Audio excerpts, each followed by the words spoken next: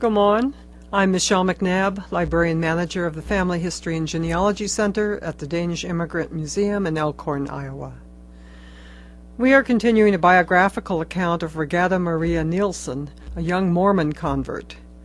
After leaving Denmark for Utah, she was separated from her fiancé and experienced a number of mishaps and misfortunes due to her lack of money.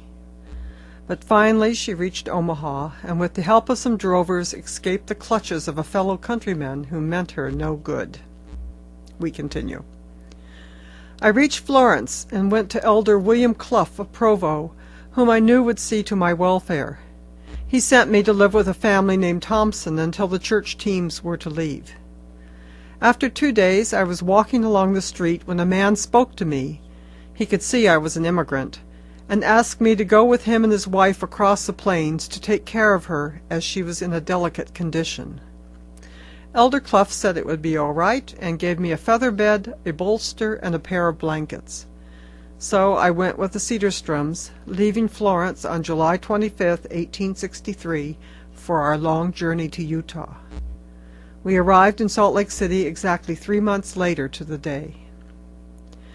After we had traveled about a week, Cederstrom put me to driving the oxen. He had 2 yoke of oxen and 1 yoke of cows. I had nothing on my head, a low-necked dress with short sleeves, and my shoes were almost gone, and I was walking across the plains in the hot sun. He was a lazy man, but good-hearted, and good enough to have me drive for 3 weeks through streams and all kinds of roads and gather fuel as I drove along to cook our meals with.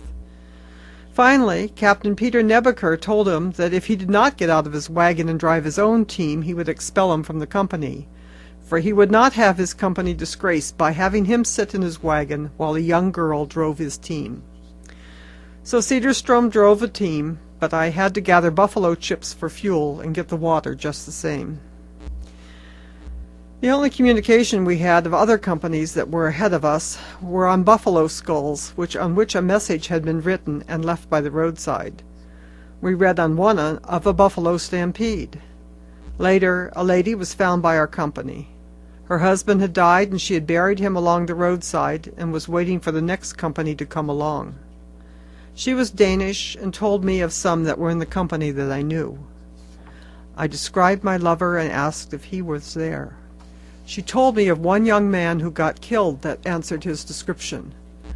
From then on I was almost beside myself with grief, believing him dead. I had my duties to attend to, so next day I gathered fuel. I had my lap full of chips and went up to the back of the wagon to put them in, and fell unconscious on the ground. The wagons drove on and left me lying there. How long I lay there I do not know, nor did I know anything for 3 days. When I became conscious again, I found myself in another man's wagon.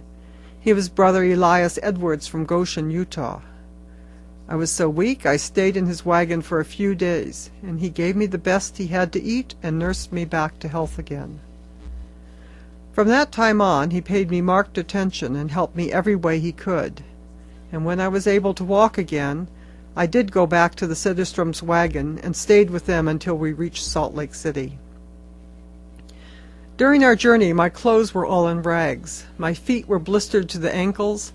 My hair had all fallen out from the effects of walking all the way bareheaded in the sun, and my sickness.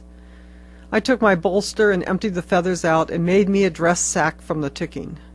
This, with what remained of my dress, constituted my wearing apparel, or costume. We were now nearing Salt Lake City, and I was feeling bad because I looked so terrible. So I prayed to the Lord to open the way for me to get something to wear. When we arrived at Fort Bridger, where the Johnson's army had been some time previously, I went out by myself at noon in the sagebrush where no one could see me. I stopped, and right in front of me lay a $5 greenback. I picked it up. It was folded together 8 times. I know the Lord led me to that place in answer to my prayer. With it I bought me a dress and a pair of slippers off a girl my size that fit me very nicely.